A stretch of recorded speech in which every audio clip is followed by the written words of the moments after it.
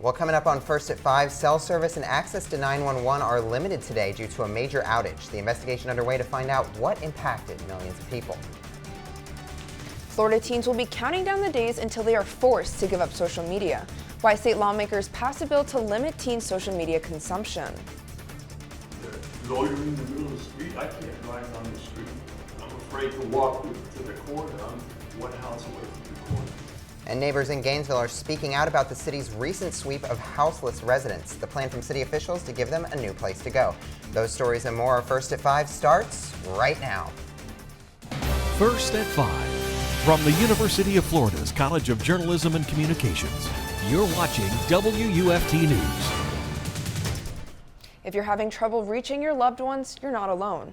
Millions of AT&T users are reporting service outages across the country. This is First at 5. I'm Caitlyn Schiffer. And I'm Sedesse. The AT&T outage isn't just affecting subscribers, but those trying to reach subscribers too. It has left law enforcement agencies unable to receive calls from these users. WFT's Roches is live in downtown Gainesville with the impact to one local county's operations. Mar? According to user reports, the outage in the cell service has affected multiple cities across the country. In some counties, this has affected the ability to dial 911. Bradford County is one of the counties where dialing 911 became an issue for AT&T users. The Bradford County Sheriff's Office Facebook page put out a disclaimer earlier today. They told their community in case of emergency to call the Combined Dispatch Center. BCSO's Chief Deputy Brad Smith says the outage caught them by surprise. Obviously, this wasn't something that we had anticipated or expected to happen today, but we do anticipate communication failures in our systems all the time and have some redundancies in place so that we can lessen the impact anytime they do occur. Smith says the last time an outage like this happened was 10 years ago. As of 3 p.m. today, AT&T reports restoring the service back to its customers. The outage, we do not know yet what the investigation was going to say. Live from downtown Gainesville, I'm Roches, WUFT News. Florida teens under the age of 16 may soon be barred from using social media platforms. The Republican-sponsored bill passed with overwhelming support earlier today, and proposers say limiting minors' access to social media will prevent mental health issues. But opposers of the bill argue on behalf of privacy concerns, as users will need to verify their age through personal documents. The measure is heading over to Governor Ron DeSantis, who questions the age limit being strictly 16 years old, saying the bill may not hold up after legal review. Gainesville city officials are discussing what to do with what they call houseless people that they're moving off Southeast 4th Place. City Manager Cynthia Curry says she's been working on finding a place for them to go and says they've secured funding for 10 more beds at Grace Marketplace. She said the people were not targeted for being houseless, but rather because they were blocking the streets that they occupied. And what we see on the streets is not generally representative of the homeless population. It is the most vulnerable component of it, 5 or 10% of the entire population. That, of course, makes up 100% of people's public perceptions of what homelessness actually is. So part of our job is to get those folks off of the street, no question about it. It says they've identified another camp of houseless people near the Walmart on Waldo Road that they're looking to break up imminently. A lawsuit that was filed to block GRU Authority Board was thrown out yesterday. Judge Alan Windsor dismissed the case, claiming the board was unconstitutional. The plaintiffs claims that when the new board took over, the right to engage with elected officials was restricted. Grab your rain boots, folks, and your umbrellas. As you can see here, we are in for some rain. Rain is coming in near the Mississippi River this evening, and UF forecaster AG Cornell is timing out the rain in north central Florida in our weather forecast. AG?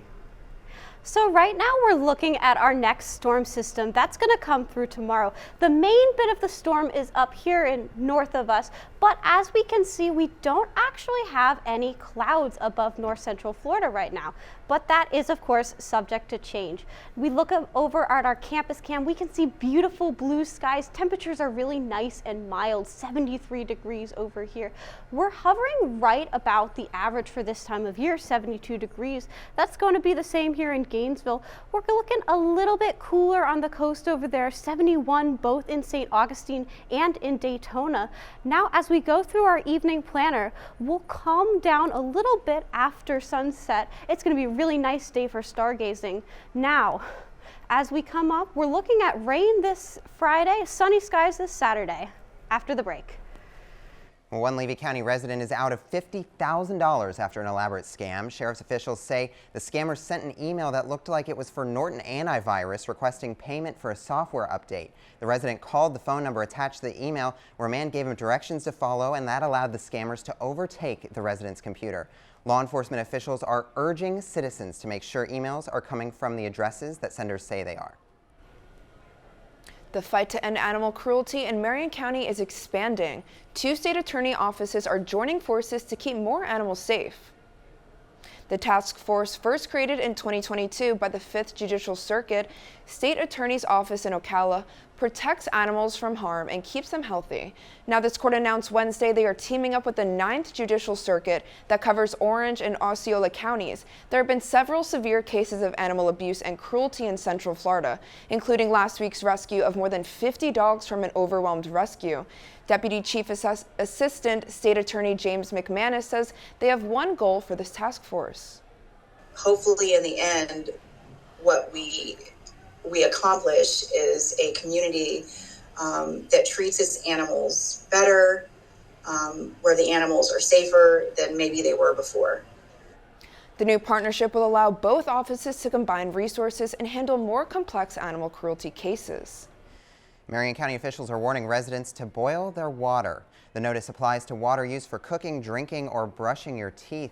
This is due to water main repairs in 4 Acres, Hillside Acres, and Courtney Acres communities. Officials from the State Department of Environmental Protection will notify residents when that notice ends. A Gainesville nonprofit is hosting a free 3-day networking event. The 7th annual Black Professionals Expo kicked off today at Santa Fe College with a job fair. The event was planned by the Gainesville Black Professionals Organization. Attendees can meet with representatives from businesses such as UF Health, Campus USA, and the Gainesville Chamber of Commerce. Organizers for the event said they hope it allow people to see that there is more than Gainesville than just the university. Of how we look at Gainesville is the University of Florida, which can mean like, hey, it was a focus on the college community, but it's a great place for young professionals, older professionals to come and share their knowledge. People who attended the event could get a free headshot taken and also participate in raffles. The expo will continue tomorrow with a mix and mingle networking event and will finish on Saturday with professional development sessions and guest speakers. Students at a North Central Florida trade school are celebrating Black History Month in a unique way. Students of the McDougall Technical Institute campus in Gainesville are providing free cosmetic services for men in honor of Black History Month. The offerings include haircuts, manicures, and pedicures. Leaders say this month-long event is a way for students to give back to the community and for the students to enhance their skills. Just be able to offer that service, that free service to those who might not be able to, afford it, or those who are just in need. But it's a cool event. I like what we're doing so far. Students will continue offering the services through the end of February. One public school teacher in Florida says she's struggling to make ends meet. The solution proposed by one state representative when First at 5 returns.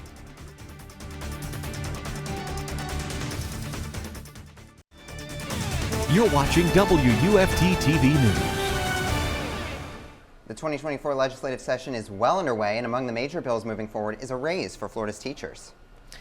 WFT's Juan Chaoui spoke with one teacher who says the boost in pay would be a game changer. Joy Hansen is a newly single mother of 4 who makes her living teaching 2nd graders at Archer Elementary. I love teaching. I love interacting with the students. I love getting to know my students. I love encouraging my students. But Joy fears she might have to leave the profession she loves. It really is heartbreaking as a teacher and a lover of education to think that I may not be able to keep this going for much longer because of finances. In Florida, the average teacher's salary is around $49,300, while the average cost of living is close to $50,700, leaving teachers like Joy with little to no financial freedom. My income has always been like supplemental, but now it's going to be impossible to live on my income. In an attempt to help teachers like Joy, Florida State Representative Gervonta Edmonds has proposed what he calls a solution. House Bill 13, also known as the Save Our Teachers Act, proposes to raise the minimum base salary for teachers from $47,500 to $65,000. The whole goal was to make sure that we, one, give our teachers respect, two, give them a wage that they can build their family on, and hopefully stop this trend of teachers working two jobs. Joy thinks this salary could support her family and keep her in the classroom. The bill being titled Save Our Teachers, it just lays it out there. It really is the truth that you cannot be independent on $45,000 a year in 2024. A financial burden Joy hopes legislators in Tallahassee can ease to keep her in the classroom for years to come. Juan Carlos Chaoui, WUFT News. Federal officials are moving money into North Central Florida's schools. They've written a $500,000 grant to Alachua Public Schools. ACPS leaders are officially accepting the grant just after the newscast ends at Westwood Middle School. This is a part of Westwood's International Family Night ceremony, and school leaders say that the grant will support initiatives to build students' social and emotional skills. North Central Florida children have an opportunity to read and interact with animals. Every month, families gather outside of the Santa Fe Teaching Zoo for story time with the animals. Alachua County Library leaders host the event for kids ranging from infants all the way to age 5. Children can hear stories about different wildlife and participate in sing-alongs. It's really important to read to them and to associate, and it's really good socially for her to come out here and see the other kids, and she likes to walk around and run around, and when she's not paying it, loses her attention, she has other things she can do out here. And after the story, children are able to walk through the zoo and see the animals that they just learned about. The next story time is set for March 20th. If you notice a haze in the air today in Alachua County, it's because of a prescribed burn today at Lochloosa Wildlife Conservation. Fire crews have burned nearly 900 acres today, and this is a live look at the hazy skies from one of our DOT cameras on the I-75 Paynes Prairie. Fire crews say that prescribed burns help prevent wildfires by burning off fuels that naturally build up over time, while also managing the growth of woods and shrubs. I'm tracking our rain tomorrow and what it means if you're heading to the Gator baseball game after the break.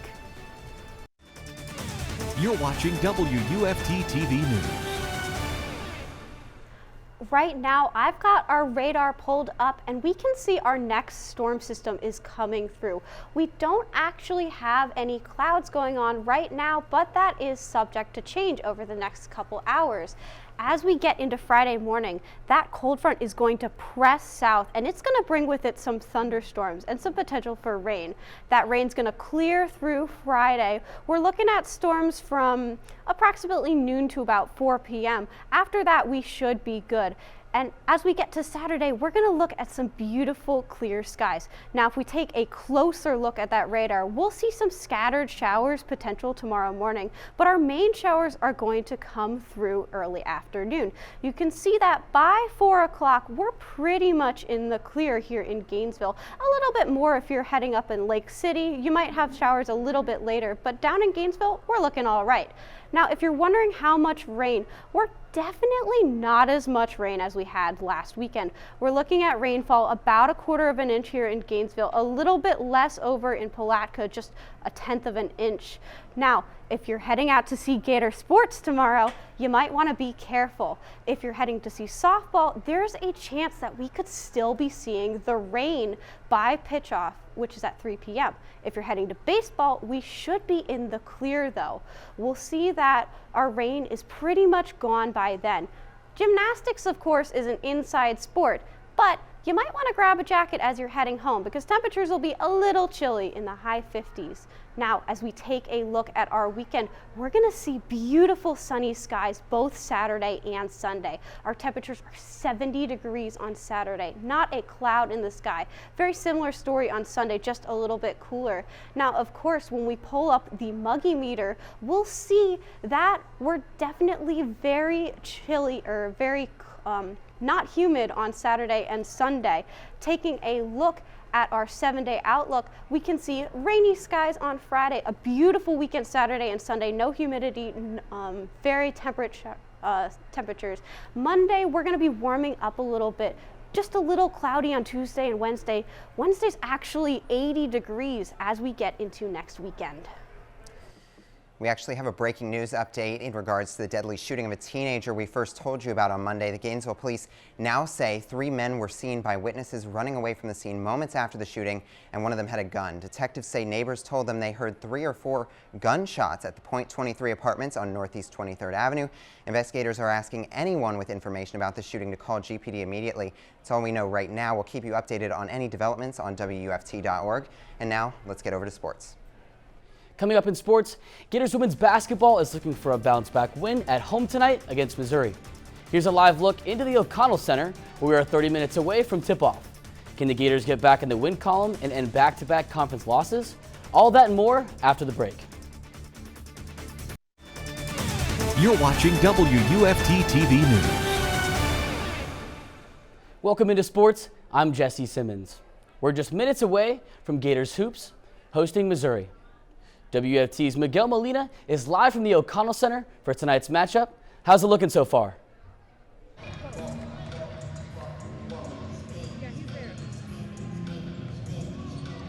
Thanks, Jesse. As you can see behind me, people are starting to take their seats for this highly anticipated matchup between Florida and Missouri. The Gators are looking to bounce back after dropping their last 2 games, including a tough 81-77 loss to Kentucky on Sunday. But lucky for Florida, the Tigers have also struggled in the SEC, going 2-10 on the season so far. Last time these two played, the Orange and Blue were able to get it done on the road as they beat Mizzou 61-52 behind Gator guard Leilani Correa's 17 points. Florida will look again to their second leading scorer to catch fire against the Tigers. Then again, also, we're 30 minutes away from tonight's 6 o'clock tip-off. Reporting live from the O'Connell Center, Miguel Molina, WUFT News. On the hardwood, Gators men's basketball was so close, yet so far, as Wednesday night's game against league-leading Alabama came down to the wire in Tuscaloosa.